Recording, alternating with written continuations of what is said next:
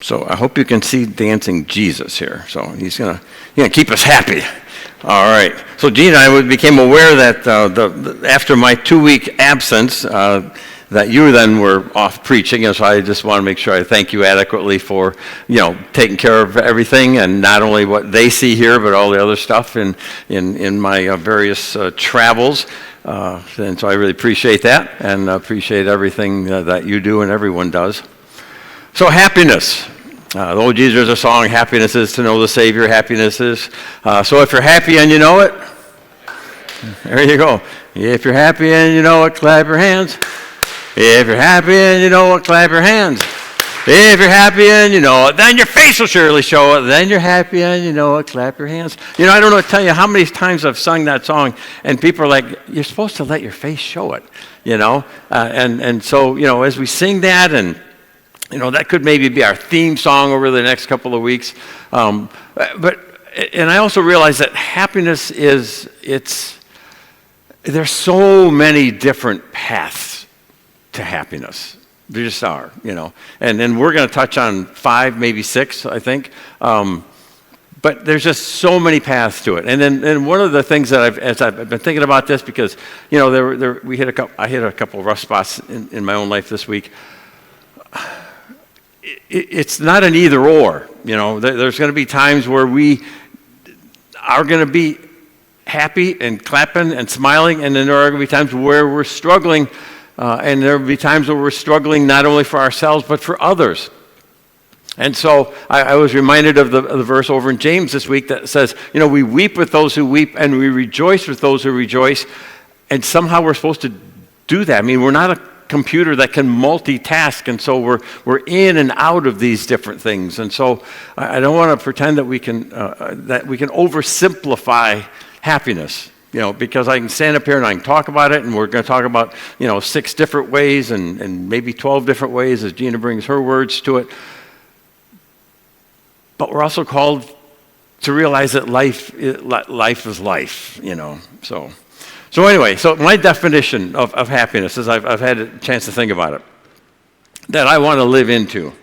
And it's a little bit different. And as I said, happiness I feel is like a diamond. It's like a diamond in the rough, where you can spin that diamond of happiness and have so many different avenues to look into it. So happiness is living into the fullness of hopefulness and awe. So I want to invite you just for a moment to say, can I immerse myself in hope? And I realize as I begin just to say, I want to have hope. Remember, hope is that which is unseen. But as I begin to marinate in hope, it just kind of lifts me up. Because the antecedent of that is despair, right? And so as I think about living into hopefulness, and then if I sprinkle in some awe and I begin to knead those together, I've got hope, then I've got this other piece, awe, which is just like amazing, right? So when we begin to live a life of hope and awe, for me, it's one of those avenues. It's one of those lanes. It's one of those ways that I can begin to move into happiness. So last week, I suggested that individuals who are living into happiness, sometimes they're considered to be a little crazy, right? Now, I think we all know there's good crazy and there's bad crazy, right? But we're talking about good crazy. And happy people have sometimes that sense of, gee, what's up with them? Or maybe they could go, what's wrong with them? And so I suggested that one of the key factors of happiness last week comes about because a happy person refuses to conform to the expectations of other people. They're living their own life. They hold on to their own uniqueness. They live out their true, authentic selves. They're not manipulated by what other people want, the other people's demands upon them. And that my suggestion was, and I really believe it, that you'll be happier if you live out your life and not someone else's expectations for you. And then secondly, that people who live at an optimal level of happiness then relate to people in a certain way. And that way is that they celebrate other people's successes. You know, you've heard the phrase, perhaps a rising tide raises all boats. Well, not everybody lives that way. You know, some people feel like, well, you know, there's only one pie in here, and if you take a slice out of that pie, that just means less for me. But a happy person celebrates other people's successes, celebrates other people's welfare, celebrates their happiness. And again, one of the reasons that we need to do that is because sometimes we don't have happiness in our own lives. And so I can imagine, as I thought about my own sermon this week, you know, it's like some planes can just keep flying for almost forever. Why? Because they got a plane that fuels them. You know, you've seen that maybe where one, you know, the tanker fuels the other plane. It keeps that other plane aloft. And without that other plane's fuel being poured into it, it wouldn't be able to fly, wouldn't be able to fly as long. And so sometimes we need to tap into other people's happiness, and people who are moving into greater happiness can tap into other people's happiness and not resent their happiness. They can fuel our happiness. So this morning I want to turn to another characteristic of individuals who are happy and who live in a higher state of happiness, and that is, as Gina mentioned, a life characterized by openness. Right. Individuals who live their life with an open system rather than a closed system experience a higher level of satisfaction and happiness in life. So a verse that came to mind, excuse me, in this regard would be Jeremiah 33, verse 3, where it says, "Call to me." This is the voice of God speaking through the prophet Jeremiah. "Call to me, and I will answer you and tell you great and unsearchable things that you do not know." So through the prophet, God is saying there's so much more than we can imagine. There's so much more than what you've experienced. And if you'll call upon me, if you'll call upon God, I will show you great and unsearchable things. It's an invitation to live, I think, with openness of life. So the question for each of us is, am I living an open life or closed life? So here's just one way of thinking about it. So you're a person who, when somebody brings you a new idea, invites you in a new adventure, challenges you to a new direction, do you lean into it? Right? Do you move towards it, or do you immediately go, no, I'm tapping out? and often we choose to live that closed life, that closed-fisted life, because it feels safer, right? But it might also keep us from happiness. Because when you live with an openness to life, you live life with a yes. And because you live life with a big yes, you're able to say no to those things that would move you towards being unhappy. And you're able to say yes with confidence, because as you bring into that yes, you're moving into mystery, again, referencing Gina's thoughts, uncertainty. But along with that then comes this renewed sense of wonder and adventure. Again, referencing the child. I mean, they'll look at an ant, you know, and see something. They'll look at a blade of grass. I mean, there's that curiosity, there's a sense of wonder, there's a sense of adventure. Well, why would we ever choose the closed life then? Well, that's a guarded life. And a guarded life, we feel, protects us from being wounded, protects us from being betrayed, disappointed. But we didn't choose the guarded life with the unintended consequences of unhappiness. It's just a byproduct. So do we choose to live a closed life, realizing that choice closes us off from happiness and joy and fulfillment? No.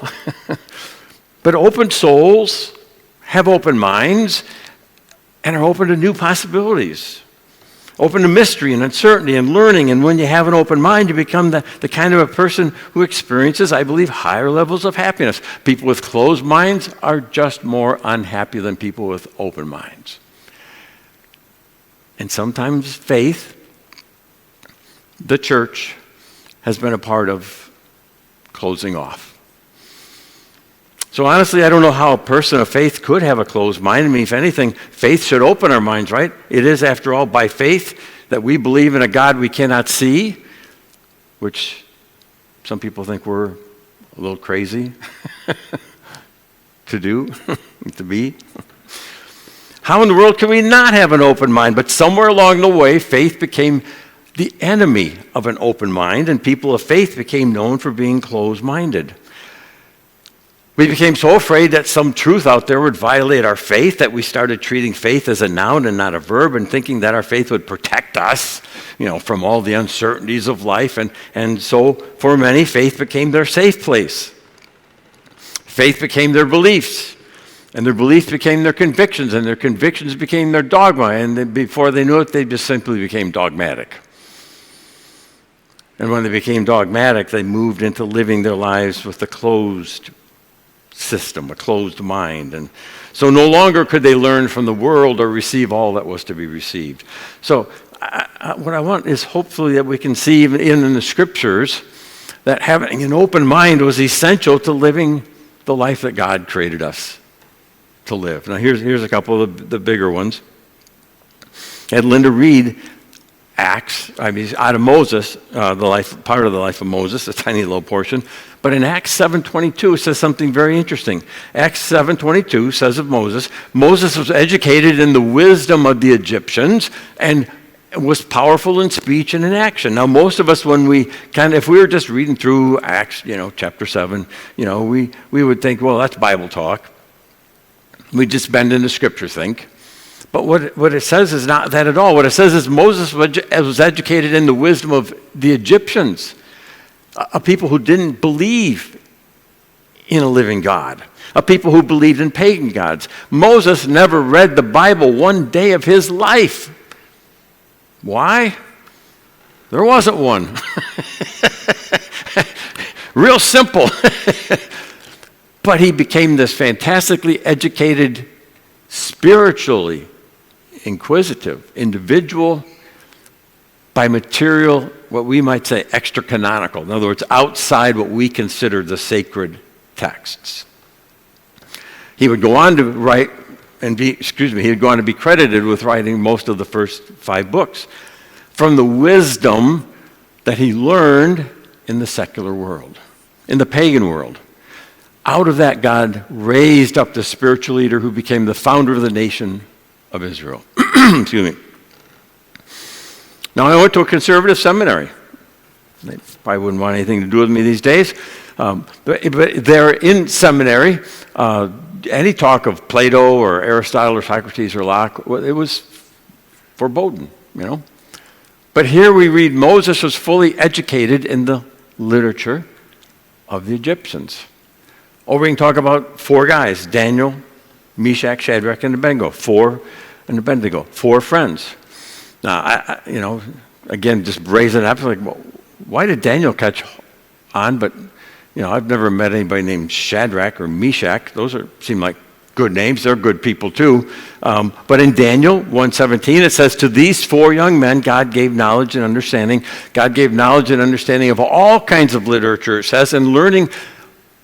In what world did they find themselves? They likewise found their learning in the context of the Babylonian Empire. And there in that Babylonian Empire, they grew in knowledge and wisdom and understanding of all kinds of literature. And the next verse then, because of that, says Daniel could understand visions and dreams. Daniel was best known for his ability to interpret the dreams and visions, at least in the courtyard of the kings. But most of us, we don't stop to think, well, wait a minute. They weren't raised in what we would think of as the church. They weren't raised in a synagogue. They were raised in the Babylonian Empire's universities. And through that, God gave them knowledge and understanding of all kinds of literature. So I think whoever says you only need to read the Bible hasn't fully read the Bible, I'm aware of a family that, if it's not in the Bible, it's just heresy. Well, so this particular person has a gift that you might say like of being an intuitive. They can see somebody in a store, walk up, start talking to them, and, excuse me, and, oh man, did you feel like, did we lose an uncle a couple months ago? Yeah, lost, yeah, how'd you know that? Oh, I don't know, is his name like John or, yeah, well, it was John, and it just happens, and they have this ability. But one of the other family members is a part of a very conservative understanding, and their understanding is if you can't do it 100%, then your gift is not from God. Your gift is from the devil, right? There's no space in their understanding for that kind of a gift. And I have to admit, excuse me, that it's unique to me. I'm not saying I fully understand it, but I've got space for it because it works, and I've heard it works, and I've seen it work, but it has the potential, to split that family. I've gone around enough the block so many times that I'm at a point where I don't feel like I understand less. I feel like I understand less and less sometimes.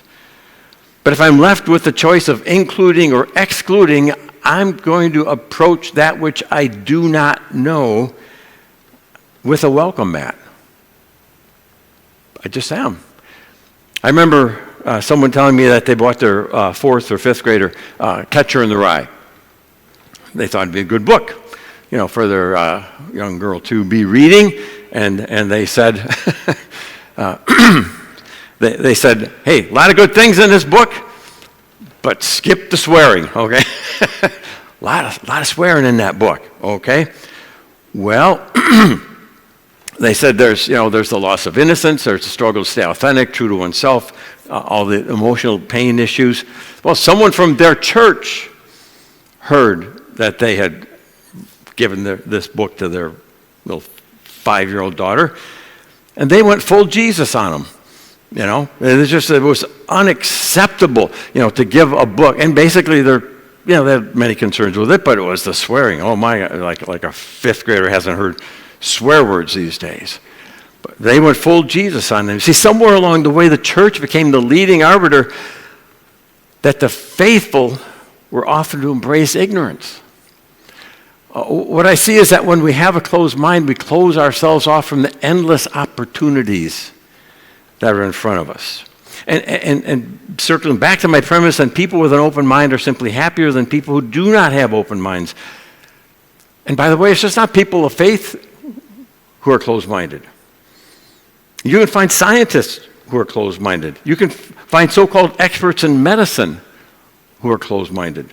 There was a time that science was so sure we could never break the sound barrier, they said if you break the sound barrier, the plane will blow up. Well, welcome to the world, Chuck Yeager.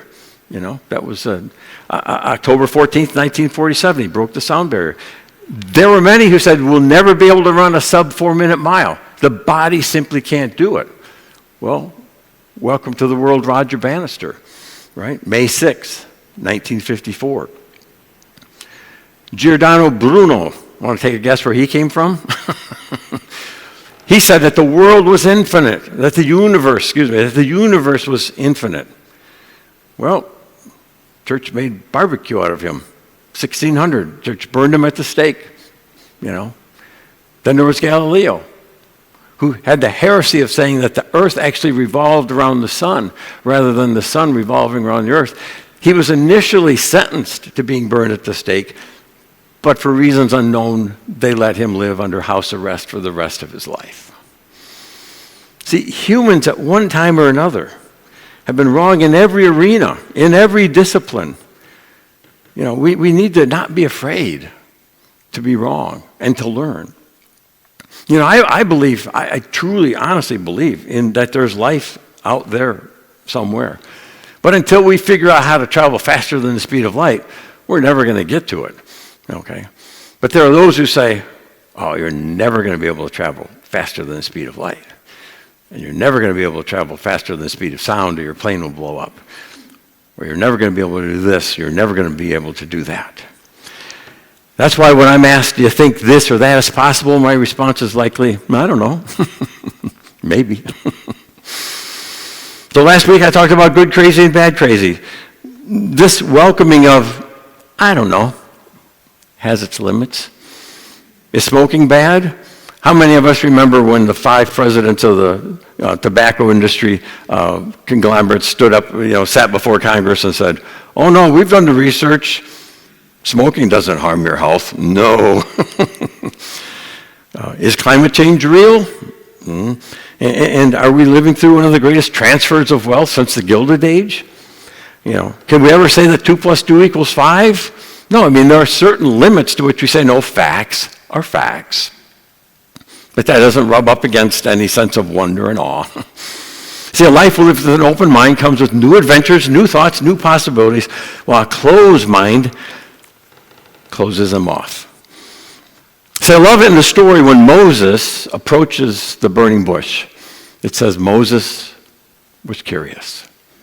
See, I want to be that person who's always on the lookout for new things, for what's going on around me. And that might be one of the reasons, as most of you know, I like to travel, and I like to travel to remote places that are new, places that are unknown to me.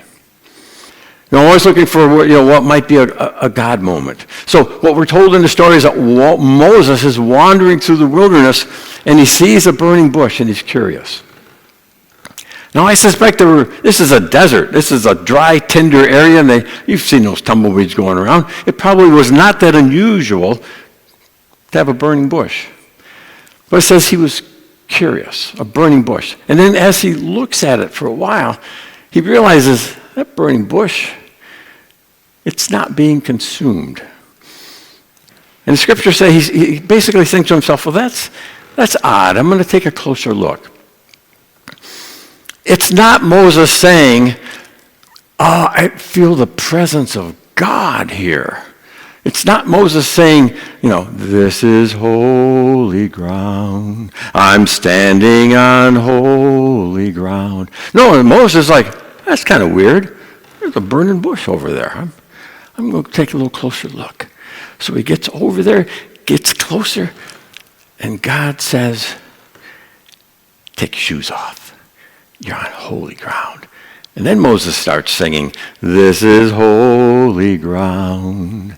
I'm standing on holy ground. See, but what if Moses had been raised on curiosity kills the cat? Shouldn't surprise us that every single person God uses in the scripture has an open mind and learns things they never knew before. Who saw things they never saw before, who stepped into a reality that they didn't think possible. How in the world could we, the people of faith, not be the most open-minded people in the world? We need to have an endless curiosity. Now that brings us to the aging process. Yeah, see, some of you know where we're going. There's something about us as we get older, we tend to be like going from wet cement to something, shall we say, a tad firmer. We can become set in our ways. And I think that's one of the things Gina was pointing out, is that children have this sense of curiosity. Oh, I hope you can hold on to that. We can become more so set in our ways that sense of endless wonder and awe, we lose it, right? We never need to be afraid to learn. But what about a church, right? Someone brings up a new idea.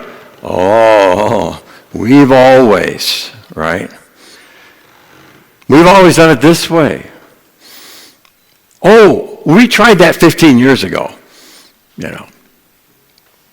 Churches need to be, in a sense, personally willing to try new things as well. Have this endless sense of curiosity, or we run the risk of finding ourselves left behind. So as a follower of Jesus, we should never believe that we have nothing to learn from a Buddhist, a Muslim, an atheist, or a botanist, or a biologist, or an ecologist. See, the moment you have nothing to learn from another human being, this is how we feel, this is how we look. We become closed off and lost. And as a church, we need to be the most open-minded in the world because all truth is God's truth, and no truth will ever violate the truth of who Jesus is. And by the way, now that you understand happiness, if curiosity killed the cat, at least the cat died happy.